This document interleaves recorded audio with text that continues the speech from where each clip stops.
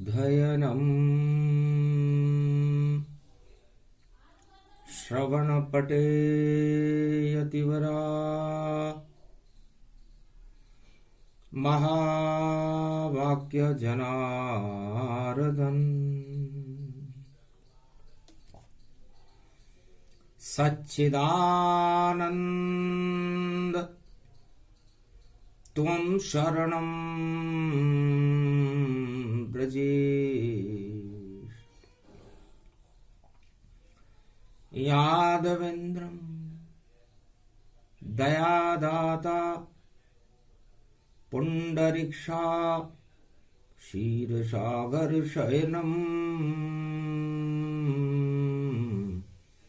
कमल नयनम् नमस्तुते नमामि श्री हरि।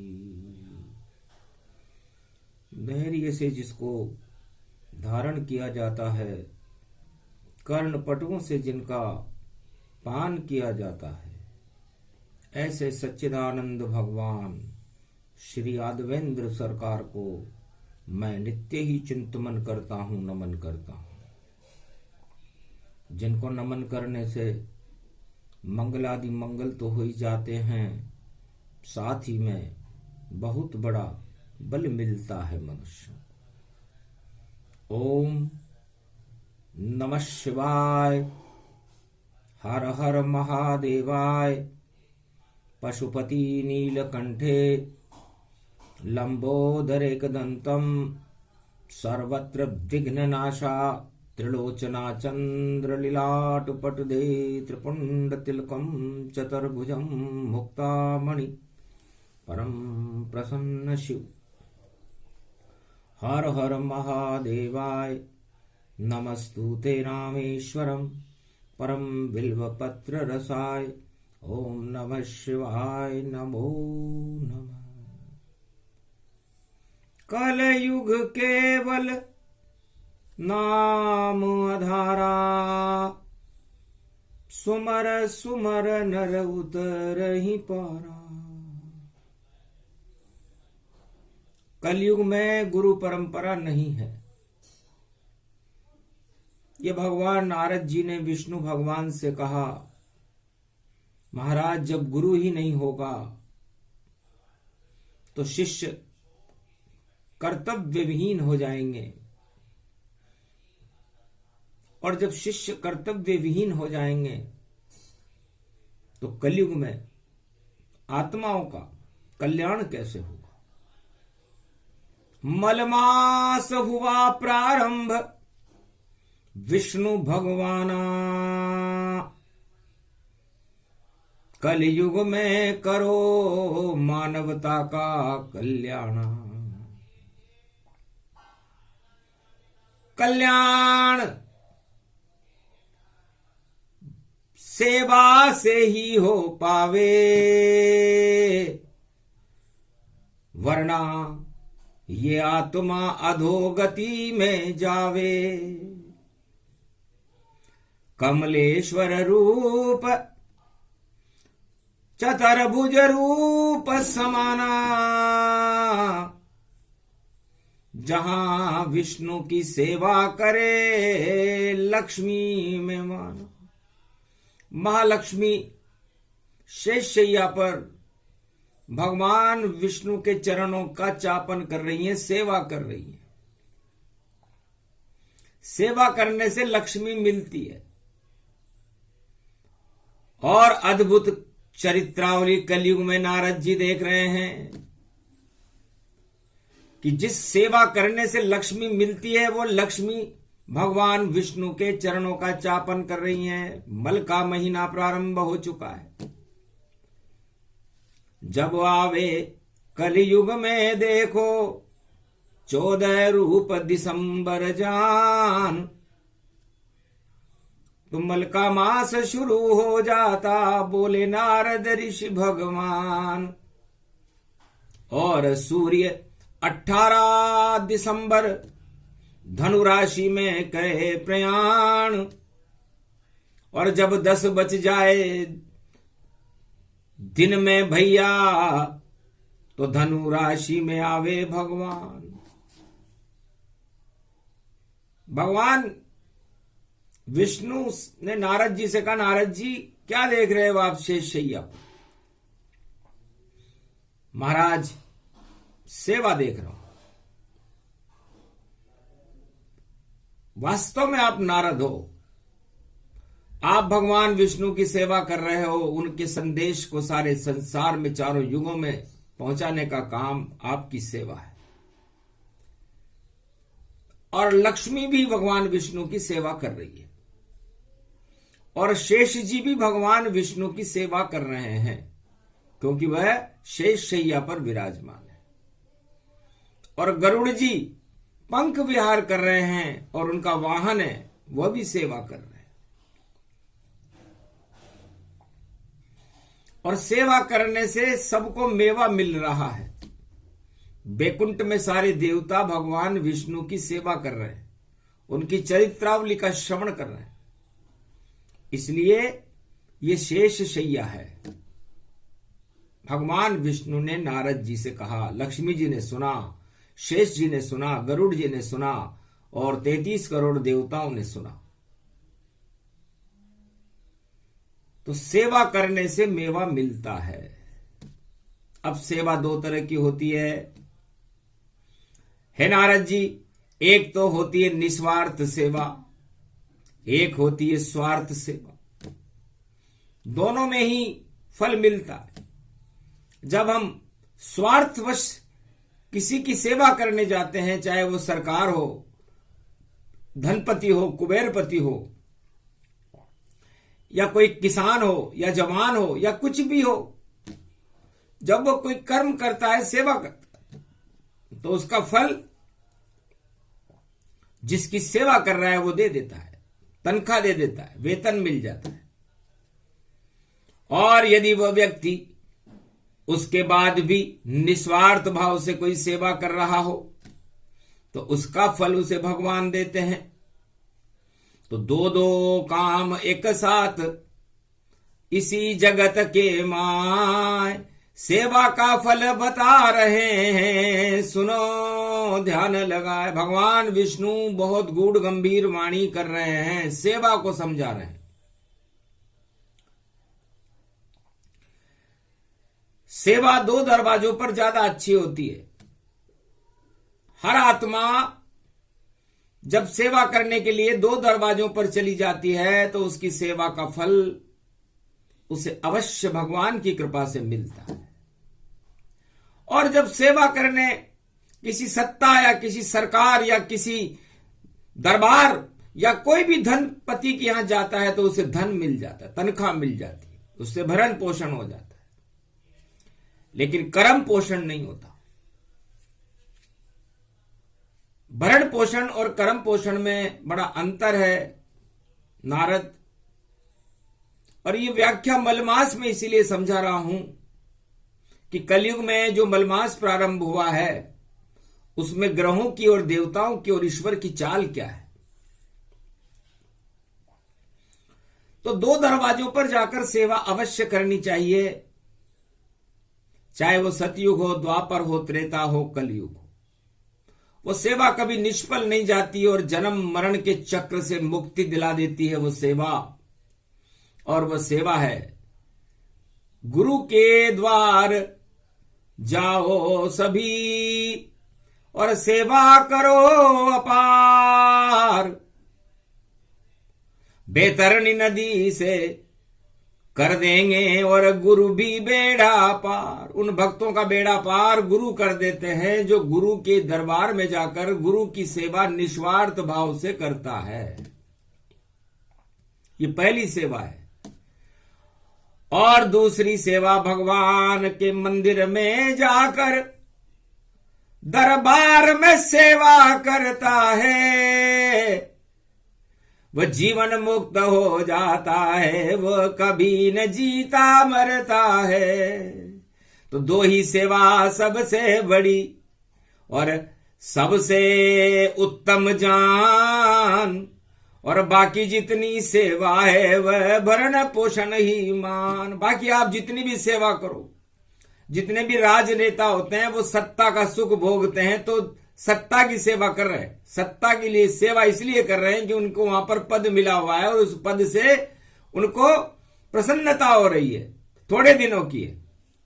कोई धनपति है, कुबेर है, और यदि वह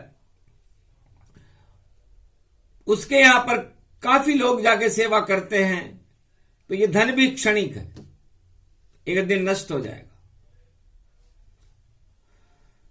तो कहने का मतलब यह है कि मलमास में चल क्या रहा है।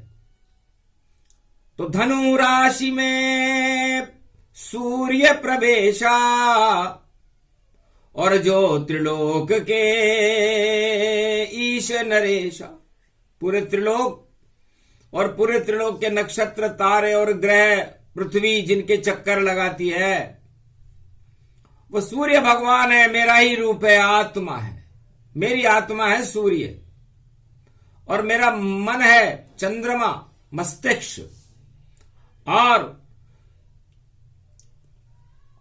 बुद्ध मेरी बुद्धि है, शुक्र मेरा धन है, मंगल मेरी शक्ति है। तो सारे ग्रह ही आ गए, और गुरु है मेरा ज्ञान, और छाया में राहु केतु हैं, बोले विष्णु भगवान। तो सेवा के ऊपर ये वाणी, सुन लो भारत के सब प्राणी। तो दो ही जगह अच्छी है सेवा, जो तरण तरण कर जाए, एक गुरु का घर भैया और एक विष्णु मिल जाए। तो एक तो भगवान नारायण का घर है, आप किसी भी मंदिर में नारायण को मानकर उसके दर्शन कर सकते हो। दूसरा गुरु का घर है। ये दो सेवाएं अति उत्तम मानी गई है चारों वेदों में, 6 शास्त्र में और 18 पुराण में। और बाकी जो सेवा है वो आपके भरण पोषण और आपके परिवार के कल्याण के लिए। लेकिन ये आत्म कल्याण यदि आप चाहते हो, जीवन और मरण से मुक्ति चाहते हो, तो ये दो सेवा हर मनुष्य को करनी चाहिए। ये भगवान सूर्य हमें सिखाते हैं, जो त्रिलोक के राजा हैं, जो अंधकार होने ही नहीं देते, जिनका प्रकाश ही चारों युगों में प्रकाशमान रहता है, और हर आत्मा में जो प्रकाश है उनका ही अंश है। वह किसकी सेवा करने जा रहे हैं? चले गुरु के द्वार, धनु है राशि, और देव गुरु बृहस्पति बने कैलाशी। देव गुरु बृहस्पति, धनु राशि में सूर्य भगवान गुरु की सेवा करने जा रहे हैं। तो गुरु के आगे झुकना पड़े, चरण चाप गुरु जाए, 1 महीने सेवा करते वह मलमास कहाय। तो अपने सारे अवगुण जो सूर्य भगवान अब गतिमान होने पर, उत्तरायण से दक्षिणायन होने तक अपने अंदर ग्रहण करते हैं, वो गुरु की कृपा से, गुरु की सेवा करके, और उस सेवा का फल प्राप्त करते हैं भगवान सूर्य भी। तो गुरु दरबार सबसे बड़ा, और बृहस्पति गुरु समान, ब्रह्मा विष्णु महेश कृष्ण इनको गुरु ही मान। तो इनकी करे जब कोई नर सेवा, तो उसको मिल जाए मुक्ति का मेवा। तो गुरु कर्मों से मुक्ति प्रदान करते हैं, और कर्म विधाता बनाता है। तो यदि आपको कर्मों से मुक्ति प्राप्त करनी हो, तो गुरु की सेवा करना हर मनुष्य का धर्म होना चाहिए। ये मलमास है, ये भगवान सूर्य सारे संसार को बता रहे हैं। ये वाणी है इस समय, और इस समय वाणी नारद ऋषि की बैकुंठ से सीधी आई है। विष्णु भगवान का ये संदेश कलयुग में लेकर आई है। सुनने वाले सुने इसे, ये गूढ़ गंभीर ये ज्ञान, सेवा को समझा रहे देखो विष्णु भगवान। तो भगवान विष्णु ने कहा, नारद, ये सूर्य भगवान जो मेरा ही स्वरूप है, और देवगुरु बृहस्पति के चरणों में जा रहा है।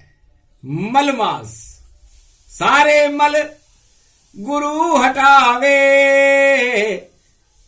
और पाप कर्म को पुण्य बनावे, पुण्य से बेतरनी गति पावे, तो जीवन मुक्त वो नर हो जावे।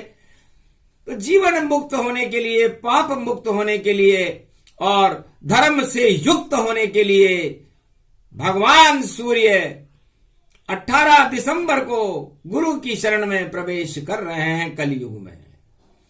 हे अर्जुन और हे सीता, हे हनुमान, हे नारद और हे कलयुग के मनुष्यों, हे गोप ग्वालों, भगवान विष्णु कहते हैं कि गुरु कर्तव्यम, गुरु का क्या कर्तव्य है कि जो शिष्य उनकी सेवा करे उसकी कर्मों से वो उसे मुक्त करके भगवान से युक्त कर दे, भगवान से मिला दे। गुरु का काम भगवान से मिलाना होता है। तो मलमास को लोग अशुभ जरूर मानते होंगे, लेकिन सबसे शुभ महीना है। यदि आप भी परमात्मा से मिलना चाहते हो तो किसी सच्चे गुरु की तलाश करो। कलयुग में सच्चे गुरु मिलते नहीं है, इसलिए वाणी का ये प्रवचन ही सुन लो, क्योंकि ये किसी किताब में नहीं मिलेगा कि सेवा से मेवा कैसे मिलता है। तो 3 जगत गुरु तो आपके सामने हैं, ब्रह्मा विष्णु महेश और भगवान कृष्ण और देवगुरु बृहस्पति, और जो 5वां गुरु आपकी आत्मा है। तो आपकी आत्मा को ही तो गुरु बना लो, वो जो कहे वो तो कर लो। तो सेवा करने जाए सूर्य भगवाना, मलमास शुरू कलयुग में इसको माना। तो नवी राशि में, धनु राशि में प्रवेश करते ही सारे शुभ काम बंद हो जाते हैं, क्योंकि अशुभता को, अपनी अशुभता को हटाने के लिए सारे लौकिक कार्य छोड़ करके अलौकिकता के पास, गुरु के पास जाओ। तो लौकिक इच्छा लेकर मत जाना, क्योंकि वो तो आपको कर्मों के अनुसार मिलेगी। अलौकिक इच्छा हर आत्मा की एक ही होनी चाहिए कि उसे जीवन मुक्त कौन कर सकता है और वो कैसे हो और परमात्मा तक कैसे पहुंचे। ये गुरु का धर्म है। तो इस समय कलयुग में धनु राशि में सूर्य प्रवेश कर रहे हैं 18 दिसंबर को 10 बजे सुबह, और बुध वहां पर बैठे हुए हैं और शुक्राचार्य भी बैठे हुए हैं। तो 3 ग्रह का मिलन है, सूर्य बुध और शुक्र। भोग वहां, बुद्धि वहां और सूर्य का चलता चक्र, और गुरु चक्र वहां पर चले। तो अजब गजब माहौल, बोल सके तो बोल भई भई जय गुरुदेव की बोल, जय जय जय गुरुदेवा देवा, और तीनों करे आपकी सेवा। तो इस समय देव गुरु शुक्राचार्य को भी गुरु की शरण में आना पड़ा है। कलयुग है तो भोग ही समाप्त हो गए, क्योंकि शुक्राचार्य भोग विलास के गुरु हैं, दानवों के गुरु हैं, और दानवों को भोग विलास चारों युगों में शुक्राचार्य ही देते हैं। और बुद्ध भगवान विष्णु का ही स्वरूप है, राजकुमार है। वो राजकुमार भी इस समय गुरु के आश्रम में बैठा हुआ है धनु राशि में। और राजा जो सूर्य है वह खुद गुरु के चरणों में है, और यह हमेशा पास पास ही रहते हैं। शुक्र, बुध और सूर्य हर समय बिल्कुल पास पास ही रहते हैं, क्योंकि सूर्य के बिना दोनों नहीं, और चले अपनी ये चाल। शुक्राचार्य और बुद्ध देव तो चले सूर्य विशाल। जिधर जिधर सूर्य जाता है उधर उधर बुद्धि जाती है, और बुद्धि से शुक्र धन दे देते। तो शुक्र, बुध और सूर्य तीनों गुरु घर आए, एक महीने सेवा करेंगे तो क्या क्या ये फल पाए। ये ही कुंडली कलयुग की है, बोले विष्णु भगवान। सोचो समझो और करो ये मलमास का ज्ञान। पूरे महीने मलमास का ज्ञान भगवान विष्णु देंगे, जब भी तो नर 7 अरब आत्माओं के मल हटाने के लिए ये वाणी है, मलमास है। अब सूर्य वहां किसको अस्त करेंगे, किसको मस्त करेंगे, गुरु की कृपा को कैसे प्राप्त करेंगे, ये 1 महीने तक हम देखेंगे। क्योंकि मकर सूर्य जब करे प्रवेशा और शक्ति रूप अखंड ये भेसा। और शक्ति प्राप्त करके सूर्य भगवान, मकर संक्रांति भाग्य को बदलने वाली होती है, भाग्य की रेखाओं को बदल देती है। तो गुरु की कृपा के बिना कोई भी राजा, कोई भी प्रजा अपने भाग्य को नहीं बदल सकती। ये दूसरा संकेत भगवान विष्णु ने मलमास में किया, क्योंकि कलयुग में ये 3 ग्रह धनु राशि में विद्यमान रहेंगे। और मकर संक्रांति का फल तो जब वाणी बताएगी तो सारे ज्योतिषाचार्य चकाचौंध खा जाएंगे कि ये क्या चक्र चले नारायण का। और मकर संक्रांति पर्व चले तो विष्णु रूप प्रकट होते, सारे ही देव विष्णु पे चले। तो पहली सेवा सूर्य भगवान, देवगुरु शुक्राचार्य और बुद्ध गुरु की करने मलमास में पधारे हैं। और उनका आशीर्वाद लेकर के भगवान विष्णु मकर संक्रांति और माघ के महीने के स्वामी ही भगवान विष्णु होते हैं, उनकी सेवा करने जाएंगे। तो गुरु की शक्ति प्राप्त करी सेवा अपार, उसके बाद खुलता है भैया कपिल मुनि का द्वार। कपिल मुनि कपिल धारा गंगा सागर अपने अमृत को खोलते हैं। जब गंगा सागर खुलता है तो भगवान विष्णु की जटाओं से गंगा भगवान शिव के माध्यम से अवतरित होती है, उसे मकर संक्रांति कहते हैं। अपने आप सागर फटे और बहे कपिल की धार, 60,000 सगर के पुत्रों का कर दिया रे बंटाढार। 60,000 सगर के पुत्रों को एक पल के अंदर जो जहां था वहीं मर गया।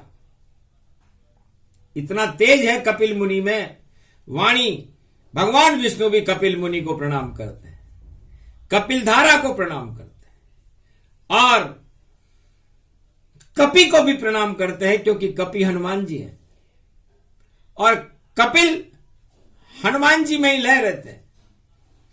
तो गंगा सागर पूरब में और करो मकर स्नान, पाप सभी हट जाएंगे और विष्णु मिले वरदान। इसलिए मकर संक्रांति का दान, मकर संक्रांति का स्नान, यह भगवान विष्णु की सेवा में आता है। भाग्य को बदल देते हैं भगवान विष्णु। सूर्य अपनी उत्तरायण चाल में भगवान विष्णु की कृपा से अपनी कृपा बरसाते हुए चलते हैं। यदि कपिल मुनि अपना कमंडल न खोले और भगवान शिव का जन्म न हो और शिव जी अपना कमंडल से अमृत बरसात न करें तो अनाज ही पैदा न हो। इसलिए अन्न उत्पादन शक्ति अन्नपूर्णा। तो ये अन्नपूर्णा शक्ति ये भगवान विष्णु की कृपा का फल है, क्योंकि विष्णु भरण पोषण करते हैं। विश्व भरण पोषण जो जेई, नाम भरत उनका ले। वो भरत है। तो भारत का स्वरूप है और पूरे विश्व नहीं पूरे त्रिलोक का भरण पोषण करने की क्षमता रखता है। इसलिए मकर संक्रांति का सूर्य कर्क रेखा और उत्तरायण सूर्य अयोध्या के ऊपर कनक भवन में उत्तरायण सूर्य उदय होता है, जिसे अयोध्या कहते हैं। सूर्य की चाल राम जी की अयोध्या से प्रारंभ होती है और लंका पर समाप्त होती है जब दक्षिणायन सूर्य हो। दक्षिणायन सूर्य के समय सूर्य भगवान भी अपने गुरु की शरण में चले जाते हैं, जिसे देव गुरु बृहस्पति कहते हैं, जो धनु राशि की शक्तिमान है। और इस समय देव गुरु बृहस्पति जलाकार है, मीन राशि में विराजमान है। तो अजब गजब भय व्यापक सोगा, तो सेवा के ऊपर वाणी थी। तो मल मास में हर मनुष्य को अपनी आत्मा की और परमात्मा की और अपने गुरु की सेवा करनी चाहिए, क्योंकि सर्दी का महीना है। शुक्राचार्य भी में लोग सर्दी में भोगों में ज्यादा लीन रहते हैं। काम वासनाएं चरम पर रहती है सर्दी ऋतु में। तो आप काम वासनाओं की चरमता को छोड़कर जब शुक्राचार्य गुरु के पास आ चुके हैं, तो कलयुग में संकेत कर रही है वाणी कि यदि आप काम वासना और भोगों में चले गए तो सूर्य भगवान की अग्नि से जल जाओगे। कुछ भी वहां तुम्हें नहीं मिले, नहीं सत्ता सुख पाए, नहीं तुम्हें कोई भोग मिलेगा, सत्य नष्ट हो जाए। इसलिए इस समय जो लोग सत्ता प्राप्त करने में व्यस्त हैं, उनको गुजरा हुआ व्यक्ति मानो गुजर गया, क्योंकि सत्ता निश्चित गुजरेगी। क्योंकि दिन और रात गुजार और वर्ष गुजर जाते हैं भैया, सत्ता सब बेकार। तो ये सब गुजरने वाली वस्तुएं हैं, भोग गुजर जाता है, आपकी भावनाएं गुजर जाती हैं, आप गुजर जाते हो, लेकिन भगवान और गुरु कभी नहीं गुजरते। अजर अमर अविनाशी जानो, इनकी सेवा ही शुभ मानो। तो हर मनुष्य को अपने जीवन में अपने गुरु के दरवाजे के ऊपर जाए तो समझना चाहिए कि उसके जीवन का सबसे बड़ा शुभ दिन आज है। यदि वो किसी भगवान के मंदिर में जाए या भगवान के दर्शन करे या भगवान के नामों का उच्चारण करे, तो उसे समझ लेना चाहिए कि उसके जीवन का सबसे बड़ा शुभ दिन था। दो ही शुभ दिन मानिए, गुरु द्वार भगवान, बाकी सब जितने भी द्वार हैं भोग द्वार ही मान। वो भोग हो सकता है भोग प्राप्त करने से आपको सुख मिल जाता हो, लेकिन वह सुख आपको गुजर देगा, गुजर जाओगे आप उस सुख में से, और गुजरनी हुई वस्तु वापस नहीं आती। इसलिए आपने अपने जीवन का बहुमूल्य समय भोगों में गुजार दिया, तो अब आप भगवान से बहुत दूर हो। ये शुक्राचार्य ने कहा कि भोगों से मैं तुम्हें भर दूंगा, सब इच्छा पूरी कर दूंगा, पर सुन लो मेरे शिष्यों दानवों, मैं तुम्हें भगवान से दूर में कर दूंगा। तो दूर हो गए जितने दानव, भोग भोग ही जान, सत्ता सुख को भोग भोग कर दूर हुए रे भगवान। तो जितने भी राजा हैं इस समय संसार में या किसी भी युग में, सतयुग में हो, द्वापर में हो, त्रेता में हो, यदि वो भोग में चले गए और सत्ता का सुख भोगने लग गए तो उन्हें घमंड आ जाएगा, और भगवान से बहुत दूर होने के बाद उनकी जिंदगी गुजर जाएगी। इतने दूर हो जाते हैं भगवान से। इसलिए सत्ता को प्राप्त करने वालों के लिए संकेत है कि भगवान से वो लोग बहुत दूर हैं, सत्य से बहुत दूर हैं। ये शुक्राचार्य बता रहे हैं, क्योंकि मैंने उनको इतना ऐश्वर्य प्रदान कर दिया कि उन्हें भगवान तक जाने का तो समय ही नहीं मिलेगा। सत्ता में जिंदगी गुजर जाए और सत्य के पास कब जावेंगे, और जब सत्य मिला नहीं ज्ञान तुम्हें तो अधोगति प्रगटावेंगे। तो फिर अधोगति में जाना पड़ता है, क्योंकि आपको सत्ता में अपनी सेवा करवा लिया आपने, जबकि आपको सेवा प्रजा की करनी थी। इसलिए शुक्राचार्य जो समस्त संसार को चारों युगों में ऐश्वर्य और भोग प्रदान करते हैं, वो खुद गुरु के चरणों में बैठ करके गुरु की आराधना कर रहे हैं। देव गुरु बृहस्पति की राशि में है, और बुद्ध धीरे धीरे बोले बुद्ध, राजकुमार सबना स्वरूप। अरे भैया बुद्धि इसमें ज्यादा, गुरु के दर्शन है भरपूर। गुरु की सेवा करे बुद्ध, और देखो भोग न जाना तुम, गर भोग में गए नर नारी भैया, तो फिर भोग में ही मर जाना तुम। भोग और व्यापार और सारे सुख बेकार, जब तक तुम नहीं जाओगे गुरु और ईश्वर द्वार। तो सबसे बड़े दरवाजे दो हैं। ये मलमास में तीनों ग्रह और भगवान नारायण सारे संसार में कलयुग को बता रहे हैं। ये वाणी का ज्ञान है, किसी किताब से तो आता नहीं है। भगवान विष्णु का अनुभव वाणी सुना रही है, नारद ऋषि सुना रहे हैं भारत को, क्योंकि चारों युगों में भगवान विष्णु के संदेश नारद ही पहुंचाते हैं। इसलिए भारत के राजा को भी सुनना चाहिए कि नारद जी क्या संदेश दे रहे हैं। अमेरिका के राजा को भी सुनना चाहिए, चीन के राजा को भी सुनना चाहिए, रूस के राजा को भी सुनना चाहिए, यूक्रेन के राजा को भी सुनना चाहिए, पड़ोसी देशों के राजाओं को भी सुनना चाहिए कि भगवान के क्या रहे। एक हमारा पड़ोसी देश है चीन, जिनपिंग। अब बताओ, पिंगे लगा रहा है, और जिंद और भूत, पिंग का मतलब जिंद भूत। अब जिंद भूत की भी कोई जिंदगी होती है क्या? अधोगति में रहते हैं, अरबों साल तक रहते हैं। और उस जिंद भूत ने ऐसा ही काम किया। उसने कहा कि जब तक मेरा जीवन है मैं भूत चीन का बना रहूं और कपूत चीन का बना रहूं, और देखो यहां पर खड़ा रहूं। तो ऐसा बना दिया कानून और ऐसा फेंका जाल, और उसी जाल में फंस जाएगा ये जिनपिंग जंजाल। जंजाल, ये जाल उसके लिए जंजाल बनने वाला है और उसका काल भी बनने वाला है।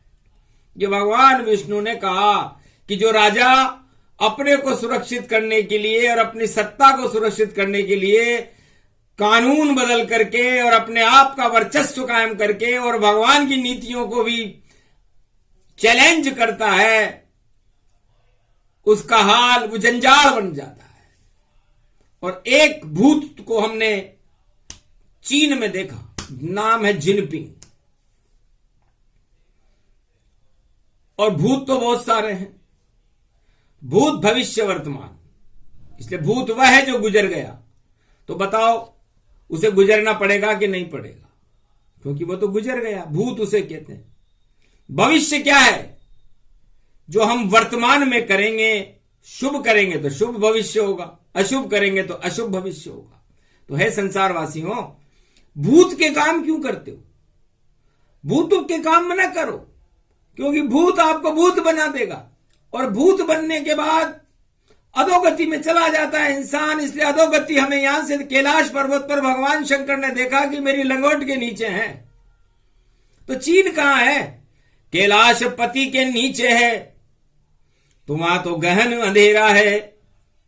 और देखो भैया, शिव की बारात और ये भूतों का डेरा है। तो सारे जिंद भूत कहां मिलेंगे? कैलाश पर्वत के आसपास। तो वो चीन है। तो भूत प्रेत बागंबर धारी, और कभी हटा सके नहीं नर नारी। तो जिसके भूत लग जाए उसको कोई भगवान के अलावा कोई नहीं हटा सकता।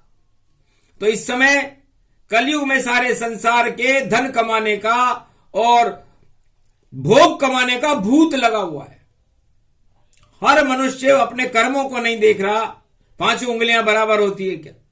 लेकिन हर आदमी अपने आप को राजा मान रहा है, वैसा ही ऐश्वर्य भोगना चाहता है, वैसे ही विलासिता चाहता है। तो ऐसे कैसे हो सकता है? यदि भगवान चाहते तो फिर ऐसा ही कर देते। 7 अरब आत्माओं को हर युग में भगवान राजा बना देते, तो फिर प्रजा कौन होती? तो जब प्रजा ही नहीं होती तो प्रशासन कौन करता? जब दुखी नहीं होता तो फिर सुखी सुख रहता। तो ऐसा हो सकता है, फिर कर्मों का फल कैसे भोगते? तो आप अपने भूतों को हटाओ। भगवान विष्णु कहते हैं कि जितनी भी काम वासना है, 8 तरह के राज मद हैं, आपकी जो इच्छाएं हैं, ये भूत है और ये आपके लगे हुए हैं। जब तक आप इन भूतों को नहीं हटाओगे, आप वर्तमान में नहीं आ सकते। और जब तक वर्तमान में नहीं आओगे और पुरुषार्थ नहीं करोगे, तब तक आपका भविष्य उज्जवल नहीं होगा। सभी समस्याओं का समाधान विष्णु ने यूं ही बता दिया। मलमास की कथा में देखो कलयुग में कितना अद्भुत ज्ञान दिया। तो भूत भविष्य वर्तमान और ये शक्ति सब जान, ये सारी शक्ति और ये विष्णु की मान। तो बताओ तीनों गुरु कितने समझदार हैं? बुद्ध, शुक्र और सूर्य, ये भूत के पास नहीं गए मलमास में, ये गुरु के पास गए। जबकि सारा संसार मलमास में भूत के पास जाएगा, ये कुंडली में दिख रहा है। क्योंकि 9 नंबर, 9 का मतलब होता है 9 ग्रह, 9 का मतलब होता है 9 दुर्गाएं। तो जो गुरु के दरवाजे पर जाएगा और भगवान के दरवाजे पर जाएगा, 9 ग्रहों की कृपा और 9 दुर्गाओं की कृपा उसको मिलेगी। और जो भूत के घर में जाएगा, इच्छाओं मदों में, 8 तरह के राज प्रबल मदों में जाएगा, उसे वो खुद ही भूत हो जाएगा और इतने भ्रम में आ जाएगा कि उसने सत्ता का पता चलेगा, न उसके धन का पता चलेगा, न उसके ज्ञान का पता चलेगा, अधोगति में चला जाएगा। तो कितने समझदार हैं ये तीनों गुरु, बुध, शुक्र और सूर्य, तीनों 1 महीने तक गुरु के घर में रहेंगे, धनु राशि में रहेंगे। तो बताओ इनसे ज्यादा समझदार कौन है? देवगुरु बृहस्पति से ज्यादा समझदार कोई हो तो सामने आ जाए। दानव गुरु शुक्राचार्य से ज्यादा समझदार कोई हो तो सामने आ जाए। और सारी बुद्धि बुद्ध में ही होती है संसार के त्रिलोक में, तो यदि उससे ज्यादा कोई बुद्धिमान हो तो सामने आ जाए।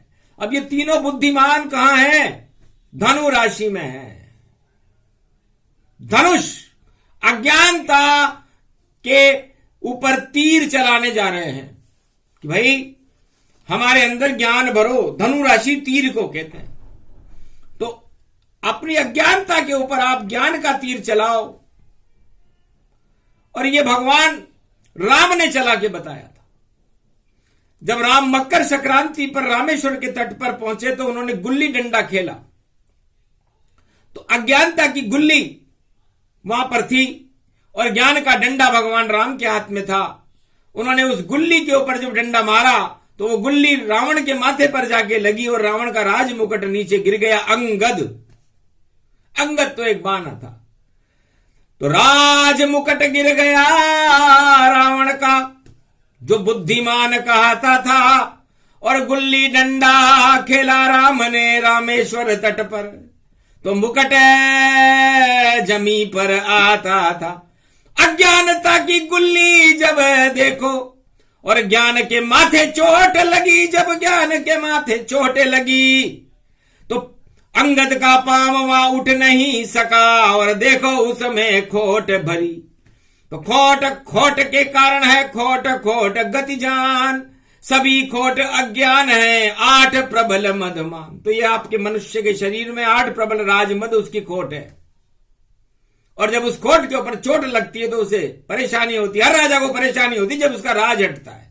जब उसकी हार होती है तो बुरी तरह से बौखला जाता है। रावण इसका प्रमाण है, दुर्योधन इसका प्रमाण है, हिरण्याकश्यप इसका प्रमाण है। तो तीनों जगत गुरु और तीनों बुद्धिमान कहां बैठे हुए हैं? गुरु के घर में बैठे हुए हैं और सेवा कर रहे हैं। फिर कहां जाएंगे? उस शक्ति को प्राप्त करके, गुरु की शक्ति को, सेवा के दरवाजे पर खड़े हुए फिर तीनों जाएंगे भगवान विष्णु के दरवाजे पर। हे नारद, बैकुंठ में आएंगे मकर संक्रांति पर। का सूर्य मैं स्वयं ही हूं। तो मकर संक्रांति में भगवान विष्णु का ही स्वरूप है। राम संवत 1 मकर संक्रांति को प्रारंभ हुआ था। कलयुग में विवेकानंद का जन्मदिन भी 2 दिन पहले आ जाता है। और मकर संक्रांति अपने आप में ही एक संपूर्ण शक्ति का प्रकाश है, भगवान विष्णु की कृपा का फल है। तो बताओ, तिल बराबर भी यदि कोई अच्छाई करे उस दिन, तिल दानम भगवान विष्णु, तो अरबों गुना फल देती है। तो संसार में भगवान विष्णु ने कहा कि गुरु के दरवाजे पर और भगवान विष्णु के दरवाजे पर जब भी आप आओ तो तिल बराबर अच्छाई लेकर के आना। तो वो सारी बुराइयों को ही समाप्त कर देंगे गुरु और भगवान विष्णु। उनकी सेवा करने का फल इतना होता है। तो ये पूरा प्रकरण पुरुषोत्तम महीने का जो 23 में आएगा आगे बताएंगे। लेकिन अभी तो मलमास चल रहा है जहां पर 3 महाशक्तियां बैठी हुई हैं, गुरु के दरवाजे पर बैठी हुई हैं। तो आप लोग सब गुरु की शरण में रहो, गुरु की सेवा करो। मलमास आपका बाल भी बांका नहीं कर सकता। और यदि आपने ऐसा नहीं किया और भोगों की सेवा करने चले गए, भगवान से दूर हो गए, सत्ता पर जाकर बैठ गए, तो फिर आप अधोगति में जाओगे और भगवान भी आपकी मदद नहीं कर सकता। भगवान से तो आप बहुत दूर हो जाओगे। तो सेवा गुरु की करनी चाहिए। एक वर्ष में एक बार गुरु के दरवाजे पर जरूर जाना चाहिए। हम तो कहते हैं कि हर दिन जाना चाहिए, हर पल जाना चाहिए। जो भी हर पल हर क्षण मनुष्य आत्मा गुरु के द्वार पर और भगवान नारायण के द्वार पर खड़ी रहती है, वही मोक्ष की प्राप्त करती है, बैतरणी नदी से पार होती है, बाकी सब अधोगति में रहती है। इसलिए आपको पता लग गया होगा कि यह प्रवचन भगवान विष्णु ने क्यों किया। यह इसलिए किया कि भाई 8 तरह के प्रबल राजमद और भोगों की इच्छाएं आपको अधोगति में ले जाती हैं, भगवान से दूर कर देती। आप मृत्यु लोक में क्या करने आए? क्योंकि आपकी इच्छाएं थी कि मुझे सुंदर स्त्री मिले, मुझे राज मिले, मुझे ताज मिले, मुझे धन मिले, मुझे बेटा मिले, मुझे ये मिले। तो ये सब इच्छाएं, आपकी इच्छाएं आपको यहां लेकर के आई है। भगवान ने आपको मृत्यु लोक में नहीं भेजा। अब मृत्यु की तुल्य है, ये मृत्यु लोक है। आपकी हर इच्छा मृत्यु के समान है, तो मरेगी कि जिएगी। तो आप इस मृत्यु की इच्छाओं को गुरु के चरणों में रख दो। महाराज, ये मृत्यु तुल्य इच्छाएं आपके दरवाजे पर रखने आया हूं। भगवान विष्णु के चरणों में रख दो कि महाराज, मेरी ये मृत्यु की इच्छाएं आपको देके जाता हूं। तो फिर भगवान आपकी मृत्यु आने देंगे क्या? गुरु आपकी मृत्यु आने देंगे क्या? तो ये प्रसंग पूरा हुआ, सेवा रूप प्रसंग।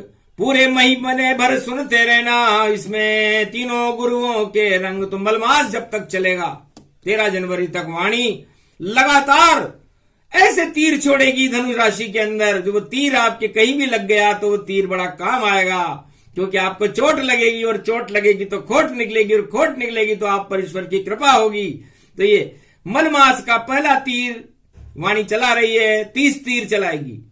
उसमें तो आपकी जिंदगी के अंदर एक नया प्रकाश और नई शक्ति प्राप्त हो जाएगी आपको। यही तो वाणी है, ये भगवान विष्णु की कृपा का फल है, जो कलयुग में पहली बार अवतरण भूमि गति जाना। इसे बोल रहे कलयुग में नारद भगवान। ये प्रसंग सुने नर कलयुग कोई, निश्चित उसकी मुक्ति गुरु विष्णु कृपा से हुई। तो उन आत्माओं पर भगवान विष्णु और गुरु की कृपा होने के बाद वो जीवन मुक्त हो जाएंगे। लेकिन हंसी खेल नहीं है इस प्रसंग को सुनना। 1.25 अरब भारतीयों में 11 आदमी भी इस प्रसंग को सुन लेंगे तो हम मानेंगे कि हम धन्य हैं। बाकी सारे भोगों में व्यस्त हैं। ये आज का मूल्यांकन ने जो वाणी ने कर दिया। अब देखेंगे कि भूत भविष्य वर्तमान कैसा रहता है। जय भारत, जय भगवान विष्णु क्षीर सागर चतुर्भुज रूप लक्ष्मी मैया की, नारद ऋषि भगवान की जय, गुरुदेव कैलाशपति महादेव कमलेश्वर बाबा की, मार्कंड भगवान की, आज के आनंद की जय।